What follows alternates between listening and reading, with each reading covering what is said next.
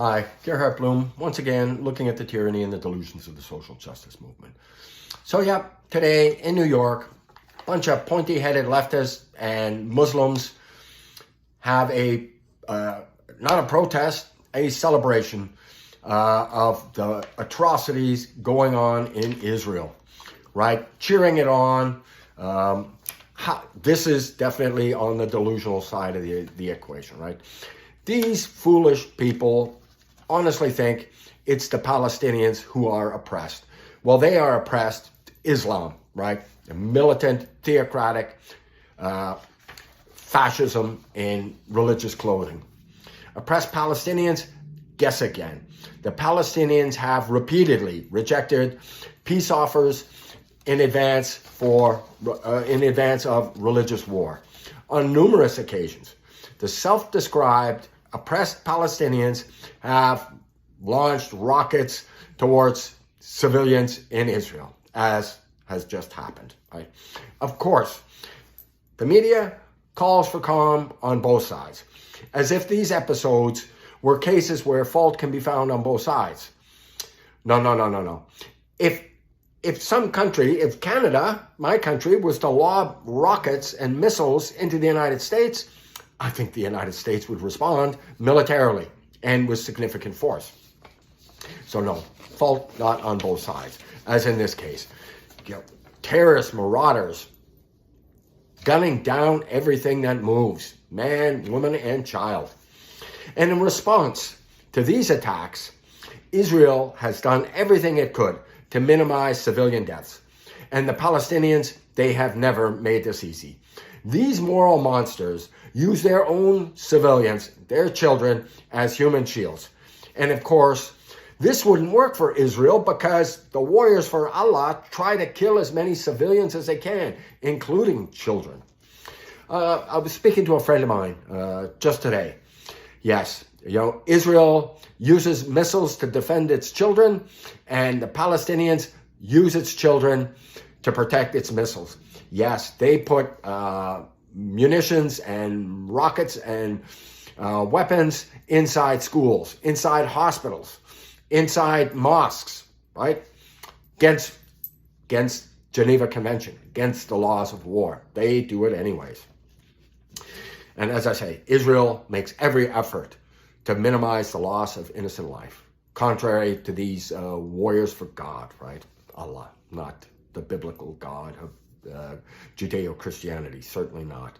In this recent terrorist operation, about 700 civilians have been killed, or sorry, I should say Israelis have been killed, and undoubtedly a number of foreign nationals, undoubtedly American citizens have been killed in these attacks. And yes, the majority of this 700 that are killed, civilians, and thousands have been injured. And we're not talking about stubbed toes here, right? Life-altering, disfiguring injuries. If you've never seen a blast injury, I'm telling you, it's a horror that is utterly unimaginable. I have seen it. It's awful. And at a music festival that was in the area that got overrun, right? Hundreds of civilians were surrounded and machine gunned down.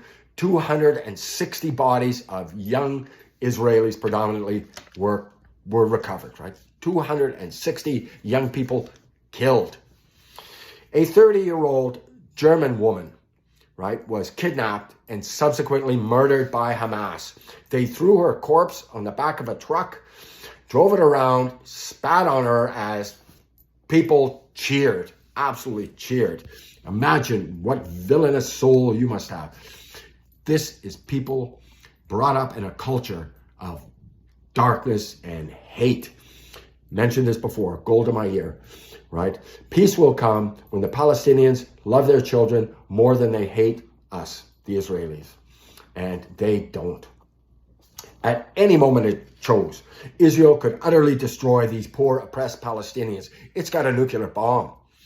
It does not. It continues to exercise remarkable constraint and restraint. Imagine if your child was being killed in a bomb, rocket, or knife attacks. What would you do? Israel does not engage in terrorism, however loosely defined. It is the ethical actor here. The Palestinians, by way of moral contrast, they continue, as they always have, deliberately attack civilians. They use children as young as 12 years old, their children, as suicide bombers. Does that sound like maternal affection and love to you? And this is no question. If they had the means to do so, the Palestinians, with rare exception, would kill every Jew they could find. How do I know? You mean apart from the suicide attacks on a city bus that killed schoolgirls and the murderous knife attacks? I know of the repeated broadcasts from Palestinian state TV calling for the murder of Jews, all Jews, wherever they happen to be. I also know of the textbooks used in Palestinian schools that call for martyrdom and jihad, teaching this to little kids. And what about those poor Palestinian mothers whose children die in these terrorist atrocities? I wouldn't feel too sorry for them. Very often they are seen literally dancing in the fucking streets after the blood-soaked atrocity their child has committed. And the public, I mentioned this before, after they finish dancing in the streets, they put up posters to these alleged martyrs. They're not martyrs, they're villainous murderers. And they venerate these people as heroes. Well, they're not. And Israel has confronted an enemy that has repeatedly demonstrated it will be satisfied with nothing less than Israel's complete destruction. The poverty and dysfunction that the Palestinians are suffering under, it is utterly self-inflicted. You launch terrorist attacks and a military response is what you can expect. And yes, lives will be lost, including civilian lives, and infrastructure will get destroyed. This means it keeps you poor. And those poor Palestinians in those deplorable refugee camps. This is a product of the Arab governments. They exploit the plight of these refugee camps, these Palestinian refugee camps, to shame Israel. What about the more than 800,000 Jews displaced from Arab countries? Well, Israel welcomed them in and gave them citizenship. And these Arab countries, they could easily absorb these Palestinian refugees and not interned in camps, refugee camps. They could easily accommodate them, but it refuses to embarrass Israel. Look at these poor suffering Palestinians. They could do what Israel did. Just bring them in, give them citizenship, and treat them with equal dignity. I had a friend, I don't know if he's still a friend after I wrote my book. He was in Kuwait, Palestinian. I said, Kuwait, rich city? How was that? It was awful. The discrimination there was intolerable, right? This is the Arab world and its treatment of the Palestinians. And Israel represents about 1% of the area of the Arab states. It took in over 800,000 displaced people from the Arab world. And the Arabs, they couldn't care less. They want to shame Israel.